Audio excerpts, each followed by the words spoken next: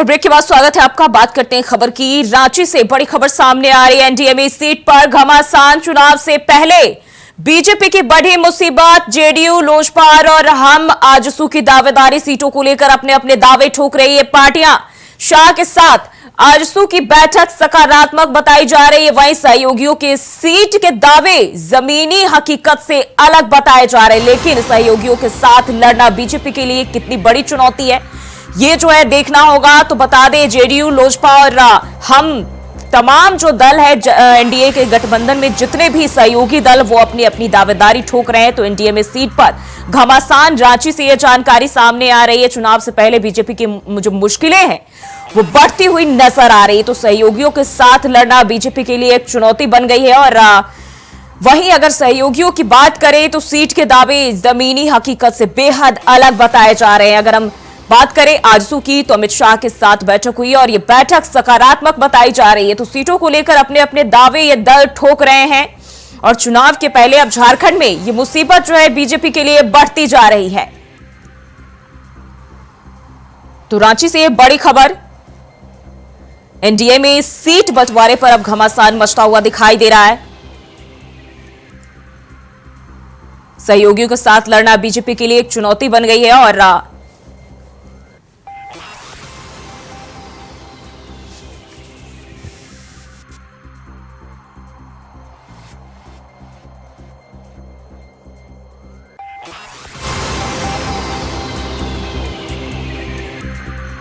घमासान और चुनाव के पहले झारखंड में बीजेपी के लिए मुश्किल बढ़ती हुई दिखाई दे रही है। और सहयोगी दलों की दावेदारी सीटों को लेकर। और इसी खबर पर ज्यादा जानकारी के साथ अजय पांडे हमारे संवाददाता रांची से हमारे साथ जुड़ गए। अजय, अब एनडीए में जो हाल हम लोकसभा चुनाव के दौरान या पहले भी अन्य कई चुनाव के दौरान जो विपक्षी गठबंधन है वहां देखा, अब कहीं ना कहीं झारखंड में वो चीजें देखने को मिल रही है। एनडीए के बीच मुश्किलें बढ़ती जा रही है।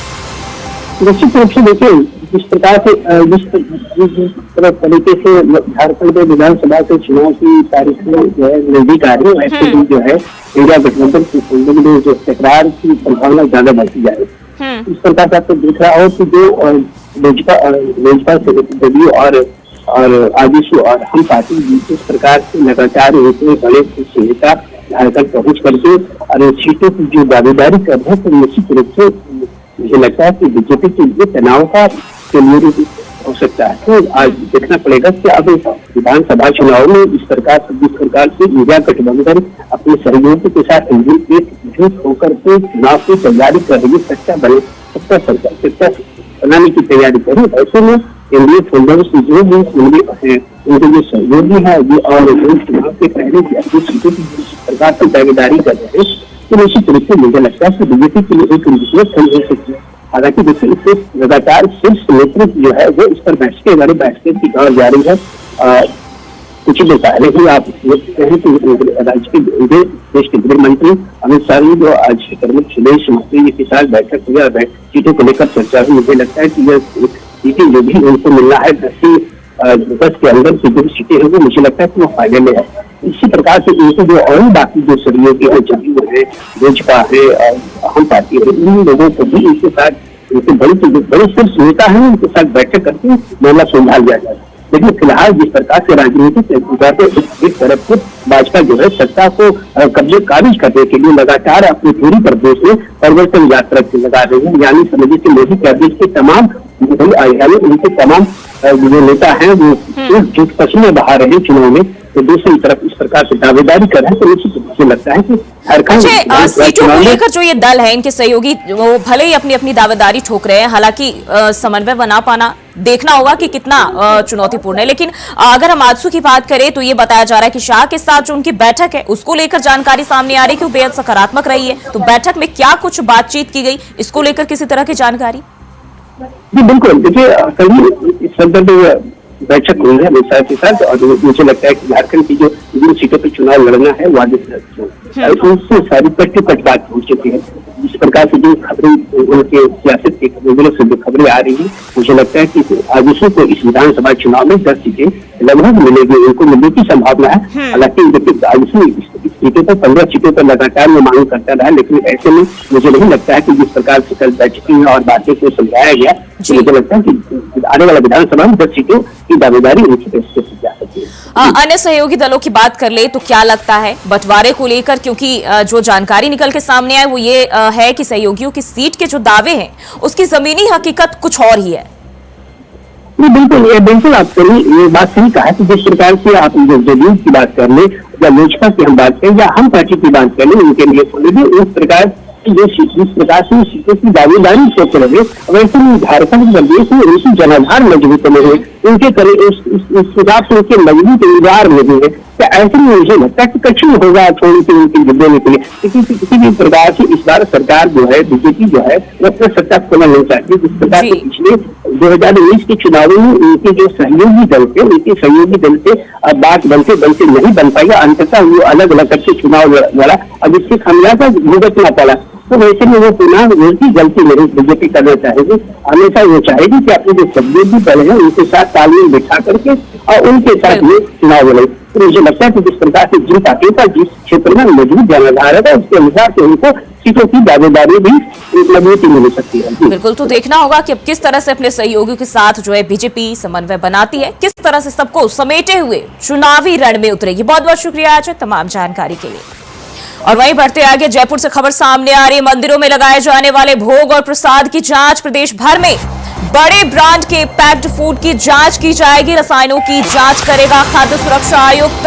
23 से 26 सितंबर तक अभियान चलाया जाएगा, नमूनीकरण अभियान चलाया जाएगा और इसी के तहत रसायनों की जांच की जाएगी। विभिन्न खाद्य पदार्थों की जांच की जाएगी। खतरनाक रसायनों की मौजूदगी वाले पैक्ड की भी जांच की जाएगी। तो जयपुर से यह जानकारी, प्रदेश भर में बड़े ब्रांड के पैक्ड फूड की जांच करेगा खाद्य सुरक्षा आयुक्त और तमाम जो बड़े ब्रांड है उनकी जांच की जाएगी। और इसी को लेकर जो है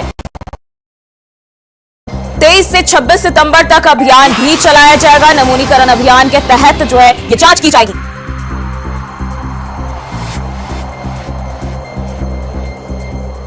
तो तिरुपति में हुए प्रसाद में जो मिलावटखोरी की जानकारी सामने आई, उसके बाद से देश भर में ये मुद्दा जो है मंदिरों में प्रसाद की जांच को लेकर गरमाया हुआ है। और ऐसे में अब जयपुर से ये जानकारी, अब मंदिरों में लगाए जाने वाले भोग और प्रसाद की जांच की जाएगी। प्रदेश भर में जो है अब अभियान भी चलाया जा रहा है और बड़े ब्रांड के पैक्ड फूड की जांच की जाएगी। रसायनों की जांच खाद्य सुरक्षा आयुक्त की ओर से और 23 से 26 सितंबर तक अभियान चलाया जाएगा।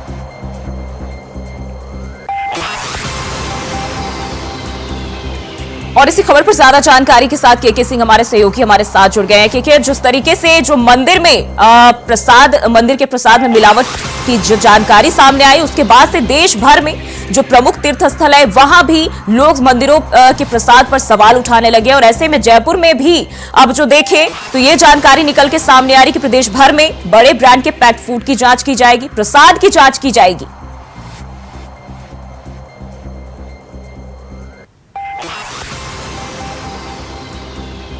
क्योंकि आवाज मिल पा रही है आपको? जी जी जी बिल्कुल।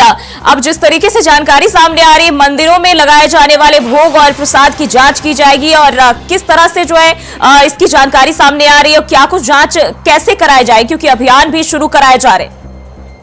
देखिए, राजस्थान में एक तरह से शुद्ध पर वार एक तरह से एक अभियान पहले से ही चल रहा है, शुद्ध का युद्ध अभियान को लेकर। लेकिन अगर हम बात करें तो मंदिरों में जो हाल ही में मंदिरों को लेकर राजस्थान के मुख्यमंत्री भजन लाल के द्वारा निर्णय दिया गया है, उसके तहत सरकार के सरकारी अमला कहा जा सकता है कि पूरी तरह से हर मंदिरों में लग चुका है और उनमें फूड इंस्पेक्टर के माध्यम से पहले जगह जगह जहां मंदिरों में सवा मनी होती है, प्रसाद होता है, जो राजस्थान के पॉपुलर मंदिर हैं, चाहे हम बात करें मेहंदीपुर बालाजी की बात करें, चाहे सालासर बालाजी की बात करें, अलग अलग जो गोविंद देव जी के मंदिर की बात करें, अलग अलग जो देशनों करणी माता मंदिर की बात करें, अलग अलग ऐसे ऐसे मंदिर हैं जहाँ पर सवा मनी और प्रसाद होता है, जहाँ हजारों क्विंटल रोजाना प्रसाद बनता है। वहां पर मकसद ये है कि घी की जांच की जाए, सब्जी बनती है तो उसके तेल की जांच की जाए, तो इनका क्या नुकसान हो सकता है और अगर ऐसा कुछ हो रहा है तो उसको सीज किया जाए। ऐसा कुछ अभी तक जो सामने आ रहा है, जिसके चलते माना ये जा रहा है कि आने वाले समय में कहीं ना कहीं ऐसा कुछ पकड़ा जाता है तो नो डाउट कार्रवाई होने की बात कह सकते हैं। बिल्कुल, अगर हम राजस्थान की बात करें वहां से तो अभी तक इस तरह की कोई भी खबर सामने नहीं आई, लेकिन फिर भी अगर हम देखें तो सुरक्षा के लिहाज से किस तरह से सतर्कता बरती जा रही है, क्या कुछ खास नियम जो है बनाए जा रहे हैं? देखिए, राजस्थान के जो तमाम जो CMHO हैं, स्वास्थ्य विभाग के जो लोग हैं, उनको सरकार का आदेश स्वास्थ्य विभाग के द्वारा, यानी मंत्री गजेंद्र सिंह खींवसर हैं उनके द्वारा, जो कि स्वास्थ्य मंत्री हैं राजस्थान के, उनके द्वारा पूरी तरह से आदेश दे दिया गया है। और आदेश के बाद में तमाम जिलों के CMHOs हैं जो एक तरह से अपने फूड इंस्पेक्टर्स के माध्यम से जगह जगह जो जांच करवाने की जो तैयारी कर रहे हैं। पहले कलेक्टर के माध्यम से चिन्हित किया जाएगा कौन कौन से मंदिर हैं, हर जिलों में कौन कौन से मंदिर हैं जहां पर ये सब जांच की जा सकती है।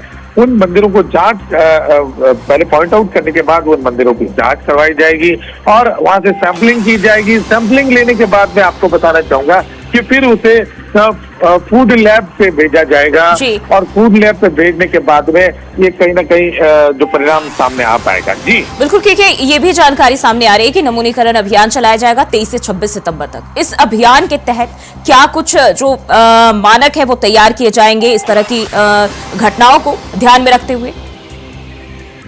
जी देखिए, आपको बताना चाहूंगा कि ये जो मानकों की अगर बात करें तो तमाम तरह की ये कहा जा सकता है कि भोजन के अंदर या सवामनी के जो प्रसाद में क्या सब्सटेंस है, कितना प्रॉपरली क्या कोई किसी चीज के अंदर जो एक्चुअल क्या मिलावट हो रही है। बिल्कुल, क्योंकि मैं आपको रोकना चाहूंगी, हमारे साथ पंकज ओझा अतिरिक्त खाद्य आयुक्त भी हमारे साथ जुड़ गए।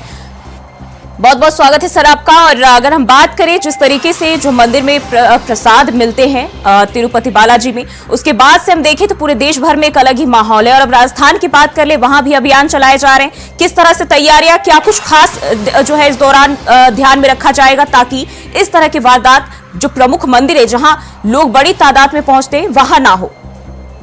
मैम, मैं पहले तो क्लियर कर दूं आपको कि हम मंदिरों के प्रसाद की जांच नहीं कर रहे हैं, ऐसे कोई आदेश नहीं है।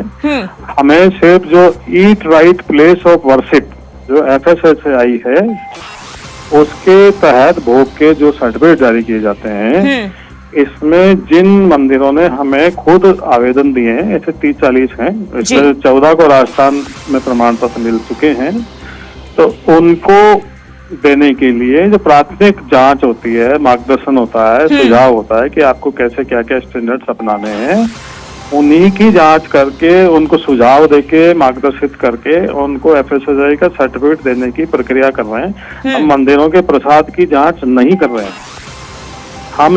हम सिर्फ उन धार्मिक संस्थाएं जिन्होंने आवेदन किया है उनके आग्रह पे सर्टिफिकेट देने के लिए जो आवश्यक मापदंड है, यानी कि जिन्होंने आग्रह किया है ये केवल उनके लिए जो है लागू होते हैं, उन धार्मिक संस्थाओं के लिए, क्योंकि ये बड़ा अच्छा सर्टिफिकेट होता है तो स्व अनुशासन अनुपालन को बढ़ाता है। ऐसे 14 जो धार्मिक संस्थाएं हैं उन्होंने ले भी लिए। बाकी जो आवेदन आए हुए हैं उनके आग्रह पे, तो उनको हम बता देंगे जाकर के कि भाई ये और चीजें आप कर लें, तो FSSAI के प्रतिनिधि आके जांच करके उन्हें सर्टिफिकेट दे देंगे। इससे उनकी श्रद्धा भी बढ़ती है और वो भी हो जाता है। तो ऐसे कई लोगों ने बहुत बहुत शुक्रिया हमारे साथ जुड़ने के लिए, हमें समय देने के लिए। और KK सिंह आपका भी बहुत बहुत शुक्रिया। तो अब जिन जिन जगहों पर जो है आग्रह किए गए केवल वहीं जो है फिलहाल जांच की जाएगी और इस पर आगे नियम वगैरह जो है वो लागू किए जाएंगे, प्रमाण पत्र वितरित किए जाएंगे। बढ़ते हैं आगे। देश एवं अंतर्राष्ट्रीय स्तर पर खाद्य मसालों के सरताज के नाम से फेमस गोल्डी उद्योग समूह का चलो चांद से हाथ मिलाए वितरक महासमागम एवं लकी ड्रॉ का आयोजन आज कानपुर के होटल गगा वैली बिठुर में हुआ और कार्यक्रम का उद्घाटन मुख्य अतिथि अवनीश कुमार अवस्थी, विशिष्ट सलाहकार मुख्यमंत्री यूपी द्वारा गणेश पूजन एवं दीप प्रज्वलित करके किया गया। वहीं कंपनी के निदेशक आकाश गोयनका ने जानकारी देते हुए बताया कि कंपनी बहुत जल्दी ही अपनी नई इकाई से उत्पादन क्षमता को 4 गुना करने जा रही है, जिससे बाजारों में गोल्डी उत्पादनों की उपलब्धता को और विस्तार मिलेगा। वर्तमान मार्केट को ध्यान में रखते हुए कंपनी ने अपने मसाले की पैकिंग अभूतपूर्व परिवर्तन फ्रेश लॉक के बारे में भी विस्तार से बताया और कहा कि गोल्डी ने अपनी पैकिंग में अभूतपूर्व परिवर्तन किया है और इसके साथ ही संयंत्र में ऊर्जा की बचत करने वाले उपकरणों और पर्यावरणीय मानकों का पालन किया गया है ताकि यह सुविधा पर्यावरण के प्रति जिम्मेदार बनी रहे।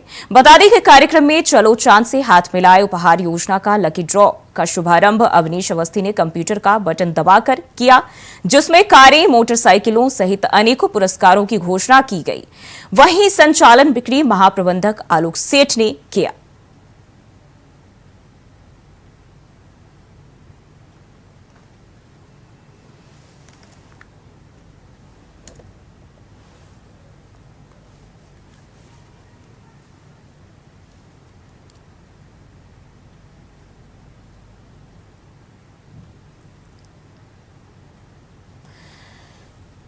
तो कानपुर से ये जानकारी अब बात करें तो निदेशक ने कहा है कि उत्पादन क्षमता को 4 गुना करने जा रही है और चलो चांद से हाथ मिला लकी ड्रॉ का आयोजन किया गया और इस दौरान लाखों के पुरस्कार गोल्डी मसाले की ओर से वितरित किए गए। वहीं बतौर मुख्य अतिथि अवनीश कुमार अवस्थी इसमें शामिल हुए और कंपनी के निदेशक आकाश गोयनका ने इसको लेकर जानकारी दी। उन्होंने कहा कि उत्पादन क्षमता को आने वाले दिनों में 4 गुना कंपनी बढ़ाने जा रही है। तो गोल्डी मसाले की ओर से इस कार्यक्रम का आयोजन किया गया।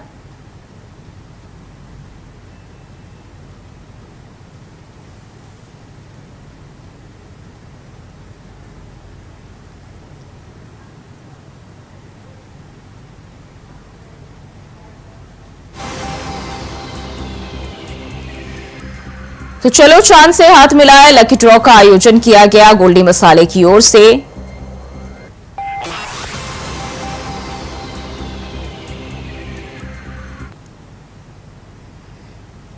और सीधा चलते हैं मिर्जापुर, जहां सीएम योगी आदित्यनाथ लाइव है। क्या कुछ कह रहे, चलिए आपको दिखाते हैं। क्षेत्र से जुड़े हुए आप सभी मतदाताओं की आज की सभा के अवसर पर मैं सबसे पहले मां विंध्यवासिनी के चरणों में कोटि कोटि नमन करते हुए एक साथ यहां पर 765 करोड़ रुपए की परियोजनाओं के लोकार्पण और शिलान्यास के लिए आप सभी को बधाई देता हूं। यहां के माननीय जनप्रतिनिधियों, माननीय सांसद, माननीय विधायकों, अन्य सम्मानित जनप्रतिनिधियों को हृदय से इन सभी योजनाओं के लिए धन्यवाद देते हुए, उनकी पहल के लिए धन्यवाद देते हुए इन योजनाओं का लाभ आप सभी को प्राप्त हो, इसकी प्रार्थना मां विंध्यवासिनी से करता हूं। बहन और भाइयों, याद करिए आज यहां पर यह मंच अनेक योजनाओं को लेकर के आया है। इसमें विकास भी है,